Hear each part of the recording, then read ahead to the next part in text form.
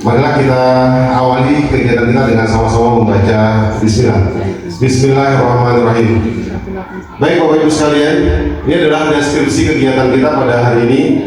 Yang pertama, kita akan ada ice breaking singkat, kemudian pemaparan tentang konsep dasar emosi, kemudian latihan praktik, studi kasus, refleksi, dan yang terakhir adalah kesimpulan.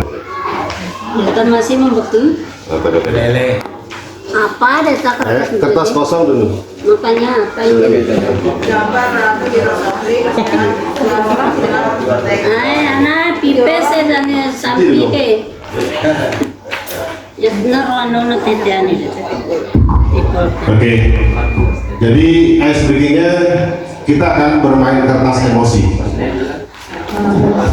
Kertas emosi. Jadi setiap peserta akan menerima satu lembar kertas sebagai simbol emosi. Oh, akunya kulo emosinya senyum apa neta? Yes, bos yellow. Senyum. Kita temperamen sedikit. Kemudian fasilitator akan membacakan sebuah cerita, kemudian peserta diminta untuk merespon cerita tersebut melalui kertas. Jika merasa senang, maka Bapak Ibu akan mengusap kertas itu. Sekedar mengusap kertasnya. Kemudian jika merasa kesal, kertas dapat diremas, Kemudian jika merasa marah, kertasnya juga bisa dirobek. Jadi seperti itu. Kita mulai Bapak Ibu ya. Kita mulai. Oke. Baik. Terima kasih.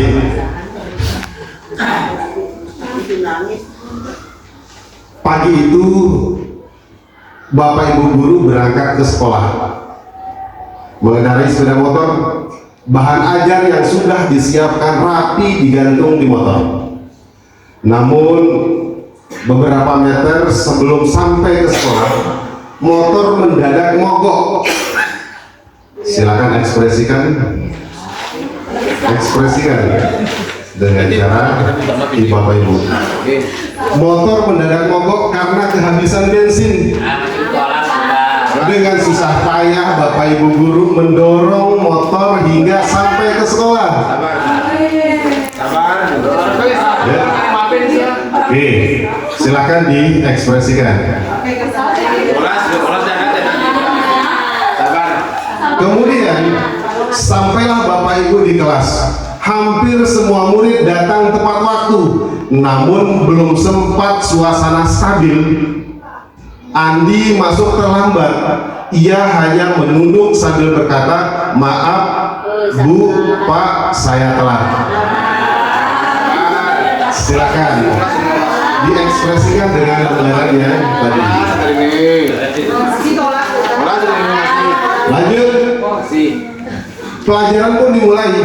Namun saat akan menggunakan bahan ajar yang sudah disiapkan, Bapak Ibu guru tersadar bahwa bahan tersebut tidak ada. Dicari ke sana kemari tapi tetap tidak ditemukan. Dengan terpaksa Bapak Ibu guru melanjutkan mengajar seadanya. Bayangan aktivitas mengajar yang seru seketika buyar. Gimana?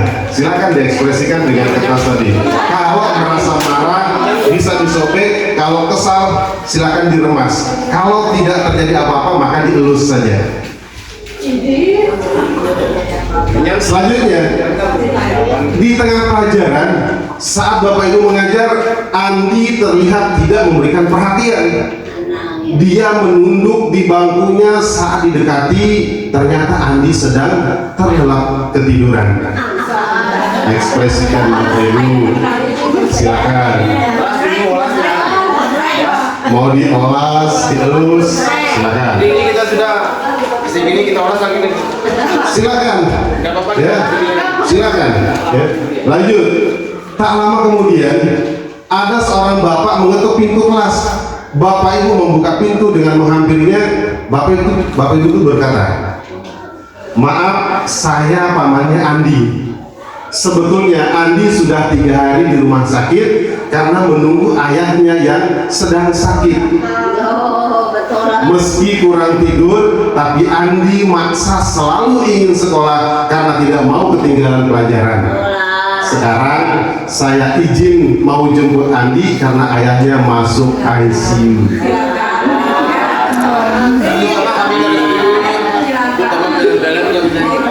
Silakan.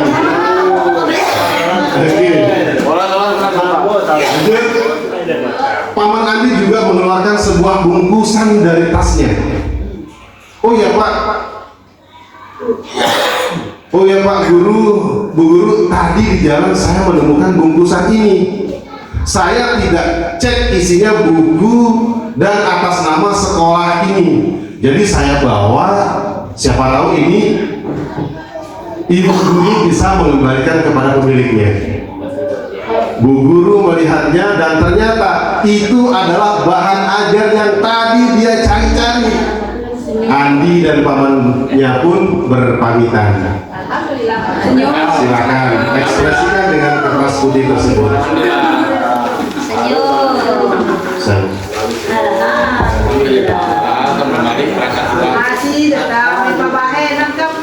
Selanjutnya, Bapak Ibu kembali ke kelas dengan bahan ajar yang kembali di tangan. Bapak Ibu Guru melanjutkan pelajaran dengan semangat menggunakan bahan yang telah disiapkan. Pelajaran pun berjalan dengan penuh kegembiraan. Yuk kita diskusi.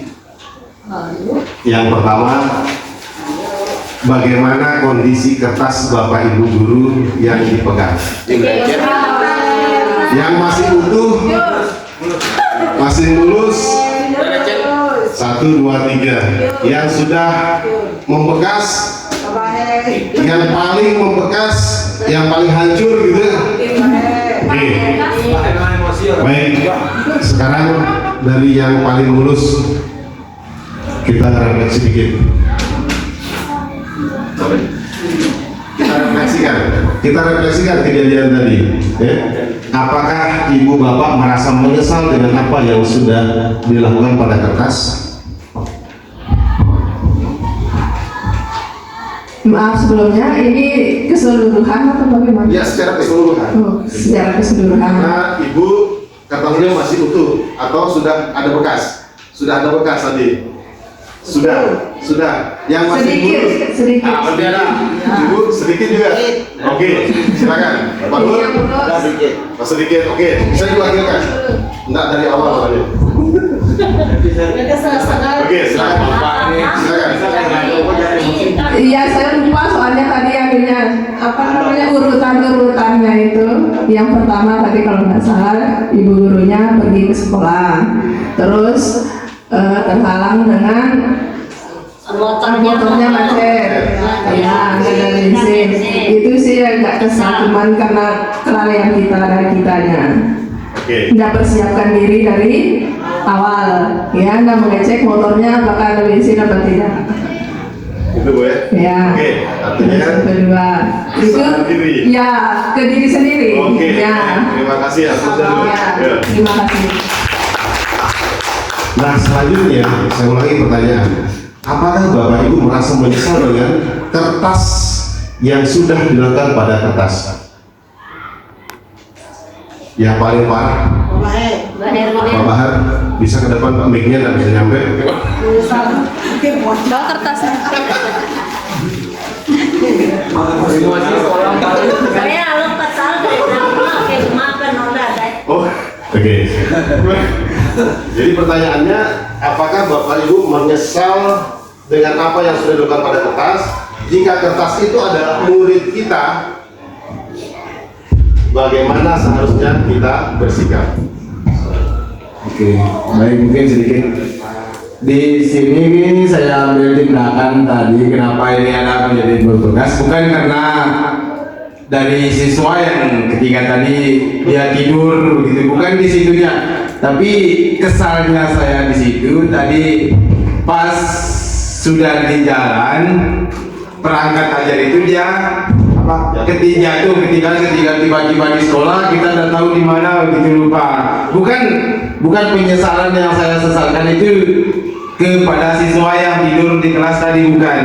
Tapi saya menyesalnya itu kenapa saya bisa lupa begitu, di mana perangkat saya yang saya sudah siapkan dari rumah untuk pembelajaran yang akan menggembirakan, tiba-tiba saya sudah tahu di mana itu. Tapi kalau masalah yang tadi siswa enggak sih, gimana Pak, enggak terlalu menyesal gitu, karena memang setelah kita ketahui keadaannya dia ada masalah dari sebelumnya gitu Pak. Mungkin itu sedikit dari saya. Terima kasih. Assalamualaikum warahmatullahi wabarakatuh.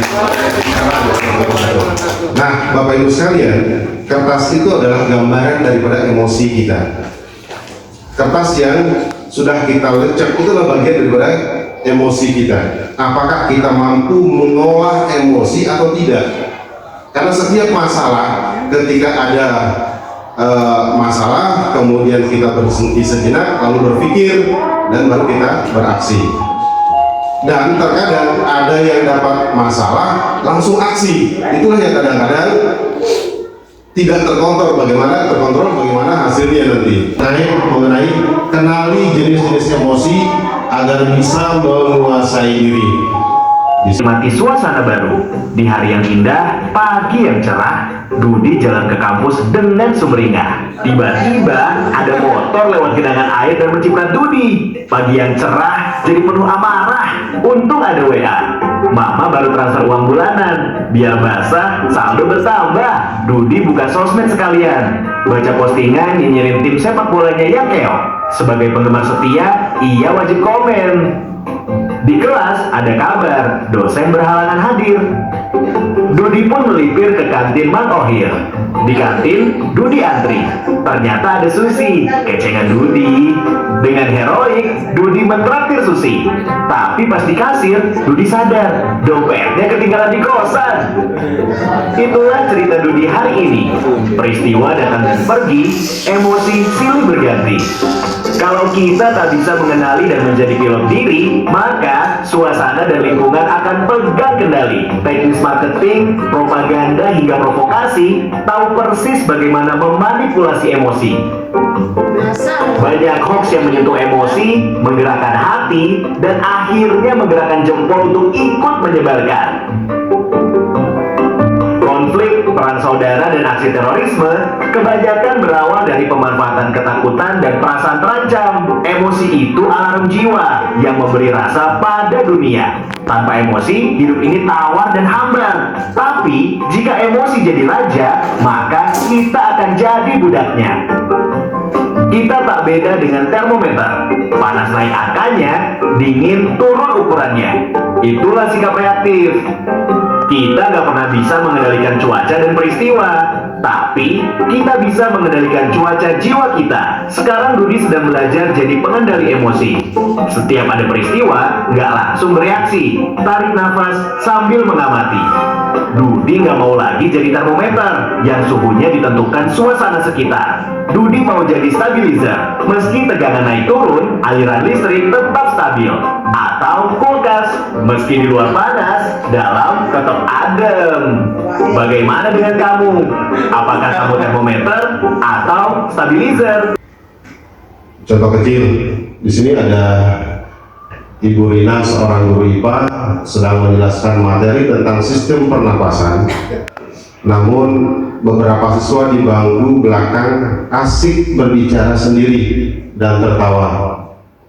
Ibu Rina mulai merasa kesal dan hampir meninggikan suara. Ia bingung apakah harus langsung memarahi mereka agar diam atau mencoba pendekatan lain. Kira-kira jika ini adalah masalah yang kita hadapi, seperti apa bentuk penanganan atau pengelolaan daripada emosi kita terhadap peristiwa tersebut? Pak Ustadz?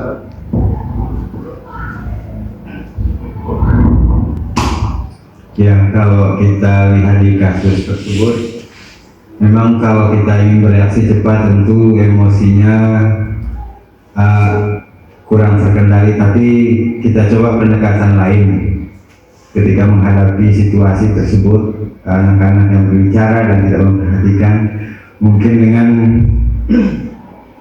memberikan kata-kata yang memusatkan perhatian semua siswa, bukan hanya siswa tersebut, agar tapi tujuannya siswa-siswa yang berbicara tadi bisa dengan halo, atau bisa juga dilakukan dengan mengajak untuk ice breaking, atau juga dengan memberikan satu tekanan kata yang tidak mengarah kepada teriakan misalnya begitu.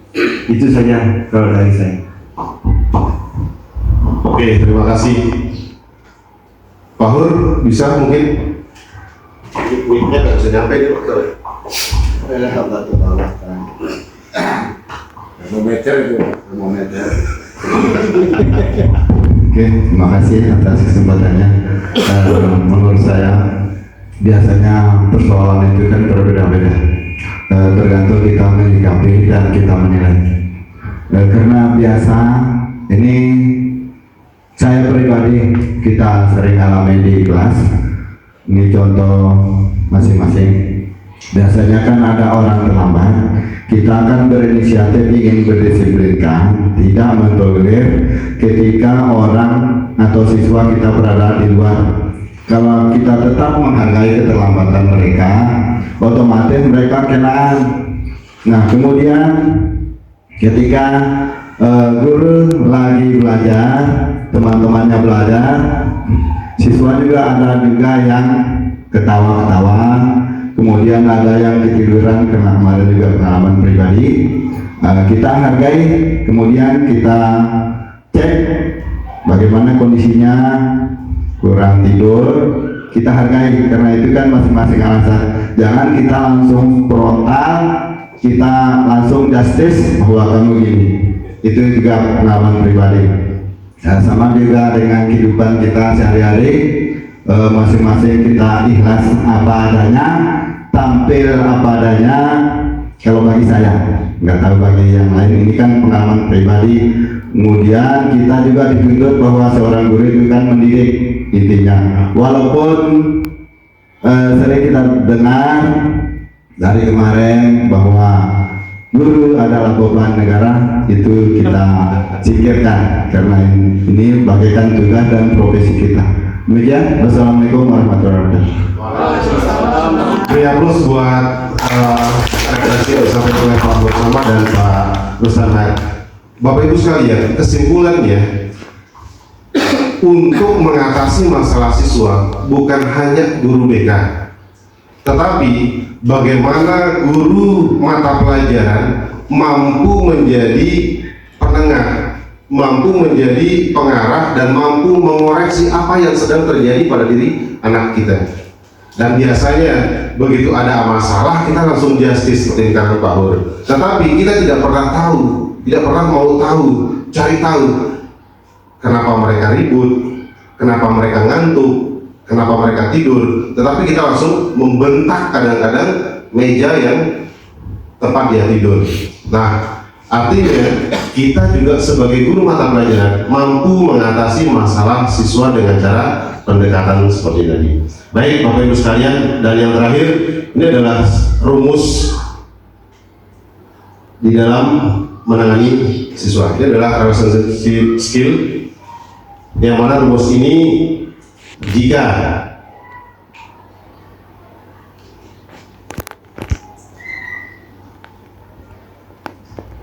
P itu adalah peristiwa, kemudian R-nya itu adalah reaksi, kemudian O-nya itu adalah output. Saya kasih satu kasus, mohon maaf, saya ada peristiwa satu orang anak tidur terlelap di atas mejanya. Kira-kira bagaimana reaksi yang diambil oleh Bapak Ibu sekalian? Ini berdasarkan pengalaman dan sebagainya. Ibu aja Membangunkan siswa itu. Membangunkan Dan siswa. untuk mencuci mukanya. mencuci muka. Iya. Oke. Terus lanjut belajar. Alhamdulillah. Kalau Ibu Sama. Ibu Ratu? Ah. Sama membangun kembali tegur supaya bangun dari situ baru ya sama aja. Oke. Artinya kita menyadarkan anak tersebut dengan cara apa? Membangunkan dan menanyakan apa aktivitasnya semalam. Jadi dari rumus ini P plus R sama dengan O. Ketika kita mendapat peristiwa itu nilainya -3. Contoh, -3. Kalau kita hampiri anak tersebut, lalu kita membentakkan, hei, keluar. Ini adalah bentuk reaksi yang kita berikan kepada mereka, nggak benar, malah tambah minus di situ. Yang pada akhirnya kita mendapat nilai emosi kita itu -6. Tetapi sebaliknya, jika ada anak yang ketiduran di dalam kelas, kemudian disitu sudah minusnya anak, kemudian reaksi kita apa? Membangunkan, menanyakan apa masalah yang terjadi, apakah dia sakit atau dia kurang tidur atau bagaimana, sehingga apa? Ada respon positif dari otaknya untuk dia mau semangat kembali belajar, karena apa? Dihargai, nilai outputnya, sehingga apa?